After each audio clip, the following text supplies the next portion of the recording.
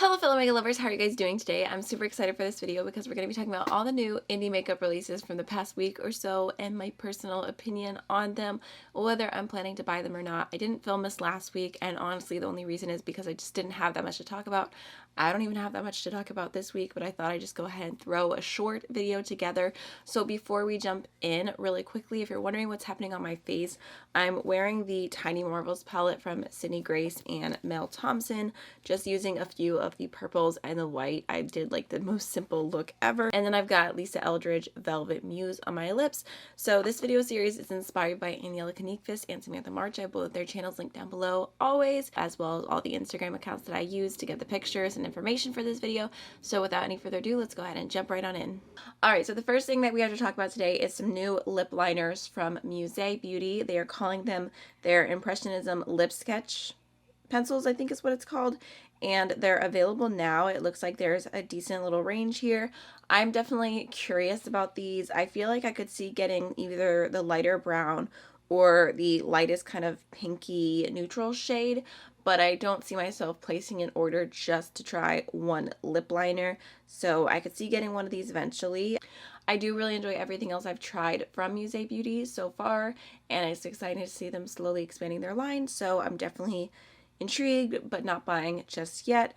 And then next we have a new launch from Juvia's place, and I was actually super annoyed at this because they released two new mini palettes, and on first glance I was like, ooh, those are really beautiful. They had them in like little gift sets, you know, whatever, and they normally launch things at the exact same time that they announced them. So I went ahead and purchased both of the gift sets, and then afterwards I saw that they had pressed glitters in them, and if you know me, you know I just do not like pressed glitters. I don't like using them. I don't like them to be in my palette, so I was definitely really disappointed, especially even more disappointed since I already purchased them, and their customer service was honestly terrible, like super unhelpful, and I don't know, it just left like a bad taste in my mouth, so I was kind of frustrated about this. They haven't arrived yet. I tried to cancel my order, but they wouldn't let me, and then they ignored me. I don't even know what I'm going to do when this comes in the mail. There were some lip balms, but I just overall felt like I wasted my money, so I'm kind of regretting that already. And then next we have a new launch from We Makeup, and I was really excited about this because I love everything I've tried from We Makeup so far. They are launching an entire line of lip glosses, and they look like so many different beautiful nude options, and I was definitely intrigued to pick a few of these up. I was thinking of making an order and grabbing like maybe one or two, getting a new mascara because I've almost completely used up their mascara. It's such a good one, so I was planning on purchasing this, but I think that I'm actually gonna end up getting it in PR, which I am so excited and so grateful about. So if you want to see those on my channel, you're in luck. But that was definitely a BUI. It was going to be a BUI. Alright, so next we have a new release from MBA Cosmetics, and I'm so excited about these. I haven't bought them, but they just look so beautiful. They released some different multi-chromes, and I have 4 of them in this picture here, but it looks like there's a few more on their website. I'm not sure which ones are new and old, but it looks like they all range from like $5 to $9, which I don't think is a bad price, especially like looking at them, like they just look so pretty. I'm so tempted. I've only tried a few shadows from MBA Cosmetics, and then I have their glitter foil and liner. I have their cake eyeliner, so I guess I've tried a few things from them, but these just are like taking my breath away. Also, like, I spent most of my makeup budget for this month at the beginning, so they're cute. Maybe I'll get them eventually. And then next we have a new foundation from M Cosmetics, and I was actually pretty excited about this because it's the Daydream Cushion Foundation, and just the description and everything, it seemed right up my alley. I really love a natural looking foundation. They had like 6 shades, but I think it was supposed to be more on like the sheer side, so not having as many shades isn't as big of a deal because the more sheer it is, the more it can adjust, rather than like something that's more full coverage where like as soon as you put it on, if it's a little bit off in undertone or a little bit off in shade, it's going to be super obvious, where something sheer isn't going to be as obvious. So, but I still feel like 6 is very small, and even the lightest shade I was looking at, I'm not sure if it's going to be fair enough for me. So I was kind of going back and forth on this a little bit because I do like M Cosmetics. I think that overall their products that I've tried have been really good quality, but the price is what stopped me. It was like $48. $48 for a cushion foundation, and I'm just like, no, no. Like, I would have tried it if it was maybe like in like the $30 range, but I just can't see paying $50 for a foundation. Maybe if I heard like the most amazing reviews and if I was able to swipe it on a really good sale or get a really good coupon code, maybe I would try it out. But as of right now, I'm like, $50, can't do it. Not for a foundation. I don't know. Foundation is so hard for me to spend money on. There's so many good affordable options that I just prefer not to.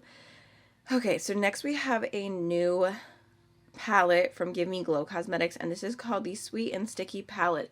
It's launching on Black Friday, and honestly, I'm not really about it. I think that it seems like a cute theme. The packaging is kind of cute. I mean, it's not like tickling my fancy, like sweet and sticky, like, okay. It's based on cinnamons, which I love. I'd rather just eat them, but anyways, the colors you can see from the swatches, it's just a very neutral palette, and it doesn't look bad, but also, I've said this before, I don't super love the Give Me Glow matte formula, so when I want to buy something from them, it has to be super unique, and for me, this just isn't.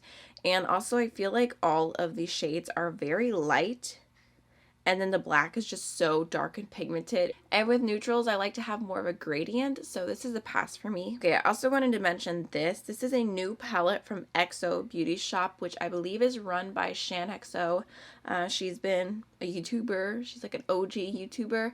Her videos were never like my 100% favorite, so I've never been like super into her content or her brand, just personal preference wise. Like, nothing against her. I just, you know, some people like you really click with, and then some people like you watch if like they're doing something specific that you need information on, you know.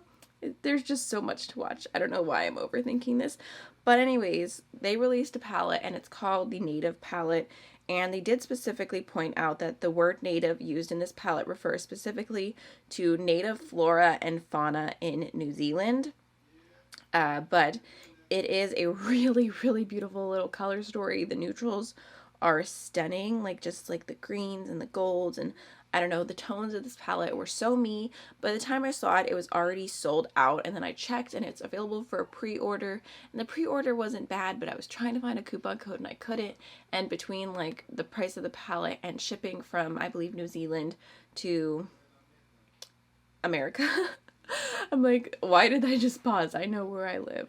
I was just like, you know what, it's really cute, but I'm just gonna wait it out. I'll watch other reviews, and even though I like it a lot, I feel like I could get the same vibes of that this palette gives me with like my Natasha Denona Gold palette, so I'm not gonna get it, but I do really like the color story. It definitely captured my attention.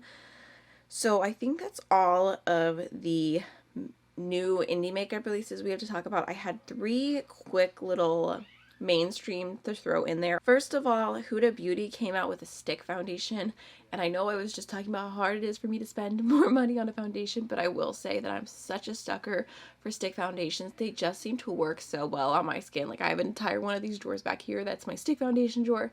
I just love stick foundations. So when I saw she was releasing this, I was definitely more interested in it than most of the releases from Huda Beauty. Normally they're just like, I'm like, and then I like keep going, but this I was like, and then I kept going.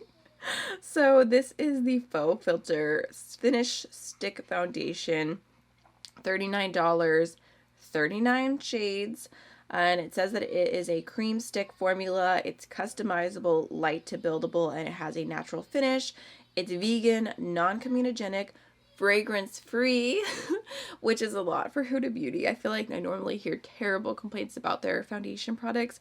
Waterproof, 10-hour wear, like that just sounds really good to me. So I'm not gonna lie, I am kind of tempted by that. But also, I'm no longer the person to go buy a foundation when it launches. Like, I'm gonna just wait it out. If I hear amazing things about it, then I'll try it. Or maybe if I see it in store and I can color match myself.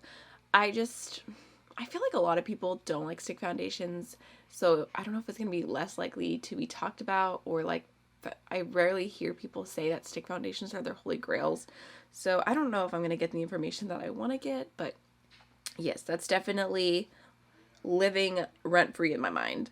So next we have a new release from LA Girl. They released some pastel liners, and I was really excited to see this because I've been wanting to have more pastel liners. The only one that I have is ColourPop Prance, which actually is no longer available, but I love liners. Like, I use a different color every single day, and I think it's such a fun pop. Like, that's one of my most used, like, eye accessories. There's different gel liners and liquid shadows and just different things that you can add on to a look to make it a little extra, or like colored mascaras. But for me, my personal preference is definitely liner in my waterline. So anyways, I was very excited about this. The only reason I'm not going to be buying them is because I literally just made a Beauty Bay order last week, and I bought 3 of their pastel liners to go ahead and test out. They were really affordable. I want to say I got all 3 for like $12 or something like that.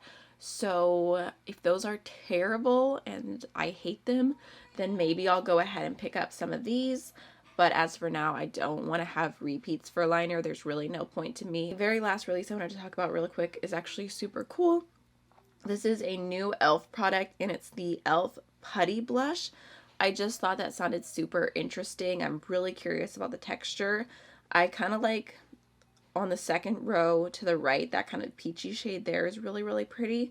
I am curious to try one of these. So, but I also don't want to pay for shipping. So again, maybe it's just something I'll listen and hear other people talk about. I also saw that Milani, I don't have a screenshot, but Milani took, well, I guess I can add a screenshot. Shout out to editing me. But Milani came out with some cream blushes as well, and they look really, really nice. I really feel like Milani normally kills it with their blushes, so that's tempting also.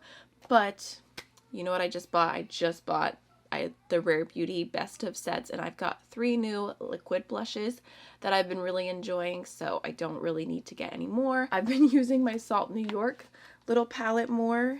I know they look really funny, but I promise there's nothing wrong with them. I'm wearing this blush today, so I don't really need any more cream blushes. So those are all of the makeup releases I wanted to talk about for this week. I hope you enjoyed the video, and I will see you in the next one.